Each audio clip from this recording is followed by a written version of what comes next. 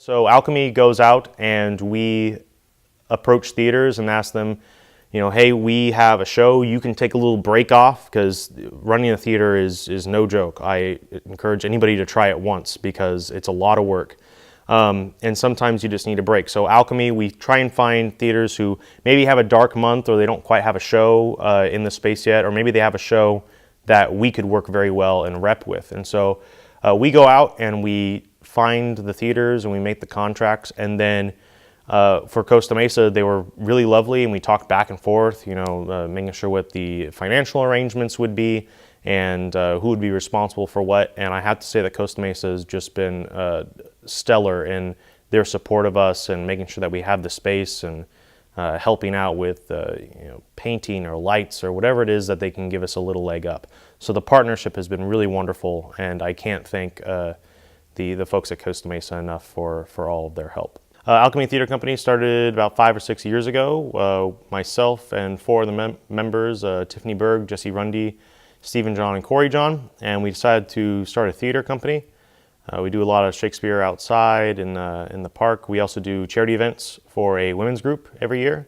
And so we're just starting to expand, and we've expanded the company itself. So now we have over 10 members currently that are able to help out and show up, and we're just going to get bigger and bigger. Anne Washburn is a wonderful woman, and she wrote this play 2014, and it went to off-Broadway and did very, very well. But when you come to see the show, you can see why it's not quite Broadway and it's not quite off-Broadway. It's this very special show that really speaks to both the theater community and people who love The Simpsons. So that's a pretty wide net in general. So that's kind of why we wanted to do it. We wanted to encourage people who might not see a theater production to come see it for The Simpsons. And then when they get here, we give them a very cool theater experience that's a dark comedy, a farce, and also a Greek opera at the end. So it encompasses so many elements of theater, and as Alchemy, we try and do as many elements of theater as we possibly can, but we are a gypsy company. We move around from theater to theater, and so sometimes getting all those ideas into one show, and it's masterfully done by Anne Washburn. She does a fantastic job of moving from each kind of theater experience to the next. And so it's a really wonderful opportunity for Alchemy to put on the show. And also huge thanks to Costa Mesa, who have been fantastic in letting us to use their wonderful theater. It was very difficult for her to get the okay to use The Simpsons. I have a feeling more so for her than for me, because every theater we deal with Sam French and Dramatist Play Service. But I also had to then deal with Fox Entertainment and send the logos to them and say, can we use this? And they say, no, that light bulb looks too much like Homer. It needs to be a different kind of light bulb. Selling merchandise and all that kind of stuff. So I think that luckily Anne Washburn deals with it very lovingly, and the show uses The Simpsons as a leaping off point, but she uses the spiritual and emotional attachment we all have to The Simpsons as opposed to the characters themselves. The characters are, again, archetypes and myths that we use to project ourselves to get through our days. Mr. Burns is a post-electric play, so it's post-apocalyptic, but there are no zombies or anything like that. It is a group of survivors getting together and needing each other for survival, not just for resources, but also for entertainment, because the only thing that anybody can really agree on in this post-electric world where there is no TV is that The Simpsons was the best thing on TV. So they're sitting around, and as a way to distract themselves from the actual horrors that are going on around them, they tell the best they can memories and stories of these Simpsons episodes. So that's Act 1, and then the second act is 7 years later. They have become a theater troupe, not unlike Alchemy, trying to put together episodes of the Simpsons episodes, along with commercials and songs and jingles and everything that goes along with them. And then the third act is 75 years later, where these people who were once survivors trying to put together these episodes have become the myths and legends themselves. So where The Simpsons become myths and archetypes in Act 2 and so on, in Act 3, The Simpsons are also the archetypes, but even the survivors that we saw in the first 2 acts, who are long since gone, have become myths themselves, and parts of them live on in Act 3. So the show is really about survival, not just physically, but emotionally and spiritually, and what lives on after us, which is a great, idea for any playwright. Jeff is really wonderful. I mean, Jeff is really an actor's director, I would say, because he really, he has a vision of what he wants, but he really allows you to explore the role, and it's very much a collaborative effort. He's happy to talk with you about things, and and run ideas back and forth with you, to really allow you to play the character to your fullest. Jeff is great. He has a great vision for what's happening with the show, but he's also a great director in the sense that he gives you a lot of room to explore the things that you're looking at in the script and what you want to do with it, and then kind of helps you shape that to what's really going to work for the show. He's wonderful. He, like everyone said, he has just an amazing vision, and he's so passionate, and you can just tell he is, and I feel like that just resonates with the rest of the cast, and it makes us want to be more passionate about the project as well. He has a vision, and Jeff does a great job at sharing the vision, but at the same time, he allows us to input different things that we feel our characters should be able to do or feel that they need to kind of bring out more of what the show is all about. So it's really good. It's a really good symbiotic relationship. My actors, individually, they're all wonderful people. I could go through the list, but they're all exceptionally talented, and they're multi-talented because it's not just they have to be funny or understand The Simpsons or anything like that. Act 3 is primarily an opera. So they all sing, they all have gorgeous voices, they all have amazing comedic timing, and they're all really, really charming. You could sit down and just hang out with any of them. So they're probably the best looking cast I've ever worked with ever. And so they're just multi-talented. We don't make them dance too much because I'm not much of a dancer myself, so I don't expect that out of anybody. But I'm sure they're world-class dancers as well. Sam is I play Sam and Scratchy, and then I throw in Troy McClure. So in a sense, it's 3 characters, but 2 main characters are Sam and Scratchy. And the nice thing about the show is there's really no one character it's an ensemble piece, really, is the best way to put it. Sam is kind of the foundation of the group. He's kind of the one who takes care of everybody in the group. And so he's a presence there, and works with everybody else.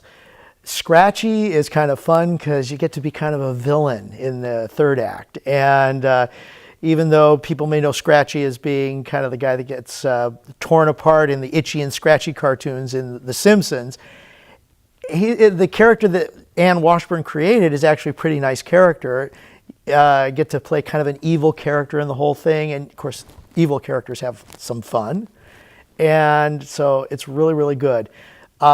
The Troy McClure character is also fun because I used to do radio, and I was accused of, at some point, doing that kind of Troy McClure voice. So it all fits together really nicely. So first I play Colleen, and then I play Edna Krabappel. And Colleen, she is the director of this theater group that these survivors have come together and made. And the group is very much like a family, so it's really easy for them to get off track and to be distracted, but she kind of brings them together and keeps them focused and professional. But she still loves everyone, of course. And then Miss Krabappel, she is she's not like the original Miss Krabappel where she has her little cigar and all that. She's the head of the Greek chorus, and she kind of helps Bart throughout his journey in Act 3. So Maria is a fan of The Simpsons, but not a huge fanatic like some of the other characters at the beginning. So she's really listening and invested in their stories. And then when we create the theater company, she takes on the role of stage manager, and it's finding the props and everything that we have in modern day society, but they've kind of fallen away, like Diet Cokes. It's where are the Diet Cokes now? Because there's no more in circulation, and finding places for the traveling theater company to come to that would appreciate their work. And then Bart Simpson in Act 3, he's sort of become less of the spirited little scamp, but that's still in there, but also the hero and the hope that prevails through the fear. I play Jenny in the realm of all the people coming together after this apocalypse. She is kind of the person who helps put together their shows that they do. She writes their commercials that they perform and helps piece together the missing parts of the episodes and writes those. So it's fun to kind of explore that, and she's kind of a sensitive sort of character as well, so it's fun to be able to play those emotions. And then in the Simpsons realm, I play Marge, so that's a lot of fun being able to do that, growing up seeing that character and being able to kind of portray that, but even in this sense, it's not really Marge as she is, but how she evolves into this story that they end up telling. So I play Nelson and I play Lisa. Nelson is just for a hot minute. I'm rapping. And it's funny because Nelson is actually the bully in The Simpsons, and he initially bullies Lisa first before Bart. So it's kind of funny that I play Nelson and Lisa when he antagonized her. And then Lisa, I don't really feel like I get to be as charming as she is on the show because she's really smart and she's always helping Bart out of his shenanigans. But in this, I'm a darker side of Lisa because of all the really dark things that are happening on stage. The characters I play are Gibson and Sideshow Bob and Homer. Gibson is a kind of a loner at the beginning. He joins the group late and kind of comes in and embodies kind of this the fear of the outside world as the group gets to know him and invites him in to join them. And Gibson was an actor in his previous life, and so as we move into Act 2 in the theater troupe, he is one of the actors and a bit of a diva at times. What I like about Gibson is that he tries very hard to keep the energy light when people are getting down and fearful in the world. He tries to bring it back to no, let's think about better things. And sometimes even that fear creeps into him as well. And it's fun to see the group help him out in the same way he helps them. The way this play uses The Simpsons is not, you're not really impersonating the character. The characters are more of, it's been said, archetypes. They're there to be the backdrop of really what this play is about, which is just the importance of storytelling. The Simpsons characters just happen to be the story that we're telling. And so playing those characters, and they're different. I'm not playing Homer Simpson as you would see Homer Simpson on TV. I'm playing Homer Simpson as this archetype of a man who's overconfident, who has the hubris and leads his family into trouble. But it's not Homer from the show. It's what Homer has become, and so it's fun, but it's very different. I play Matt in Acts 1 and 2. In Act 2, I play a little bit of Homer. And then in Act 3, I play Mr. Burns. And it's fun because my character, Matt, and Mr. Burns really couldn't be any different. And so that's a lot of fun for me. You know, Matt is kind of the Simpsons expert a little bit in our little group. You know, he doesn't know everything about The Simpsons, but he has a really good working knowledge of it. And so, you know, he gets little details wrong here and there, but, you know, he's really the one kind of driving the stories and things like that. You know, and then in Act 3 for Mr. Burns, it's complete. He's just a complete villain. He's the villain of the piece for Act 3.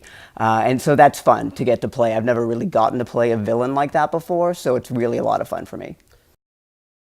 I kind of want the audience to be shocked. It's a very different show. I want them, I mean, of course it's hilarious, the show's hilarious, but there's this darkness in the show, and I want people to really really think about, you know, the things that they have and maybe what it would be like if they had to live in like a post-electric society, you know, and to really take with them like what really matters. I want them to laugh, cry. I want them to realize like that family just doesn't, it goes beyond blood and how important it is, especially like when there is an apocalypse. Like it's so important to like have that cohesiveness with each other, and how important like art is and how it brings people together. I just want them to be able to not only enjoy it and have fun with it, but to have something to think about afterwards. I'm excited for them to kind of catch the nuances of how that story evolves as well, how it starts out with us just trying to recreate those stories, but then it evolves into more of kind of how art affects our society and how it becomes a way to cope with our feelings and be able to tell our stories of things that happen to us, but to use that medium and for it to evolve into something a little bit more meaningful. I want them to experience the fun and the laughter that we're having. I want them to also understand what the messages that we're sending about what happens in a post-electric world. So, you know, there's the fun, but you want it thought-provoking too. And this is one show that really gives them a moment to think about what it is where we are today and what the possibilities are down the road. You know, this play is such an experience. It's so different, you know, than anything else that's going to be around here anytime soon, really. So, I mean, I really just want them to really get that experience. You know, theater, I feel like theater should be something that challenges you and allows you to think about things. I think this is what that play does. I think this is something that you can come and see and then have a discussion about afterward, about, you know, the themes and what things mean and things like that. And I think that's a really fun and unique experience. I want them to get laughs out of it. The show is very funny. I also want them to maybe walk away, you know, you're talking over drinks afterwards about what would you put on? If there was no electricity or anything like that, what is a show that is near and dear to you that inspires you that would outlast civilization, I guess. And then I guess the biggest thing is to get out a sense of imagination and creativity. The show deals a lot with spectacle coming from within, so I'd like them to be excited about the possibility of theater, of, you know, just using some household items, the amazing things that you can create on stage, and that theater isn't limited to big spectacle of the Pantages or even small hole-in-the-wall theaters. You can do big things, to do more with less.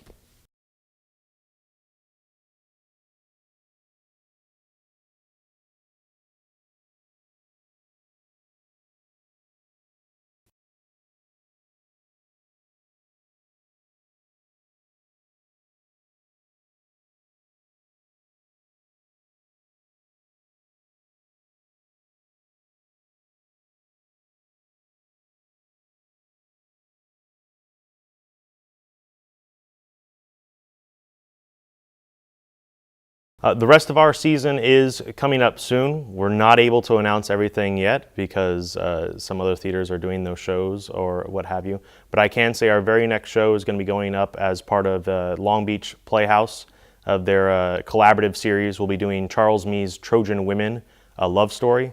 So ladies who are looking to really chew the scenery and do a really, really awesome job of conveying the beauty and spirit and strength of women in time of war. Definitely come out and audition.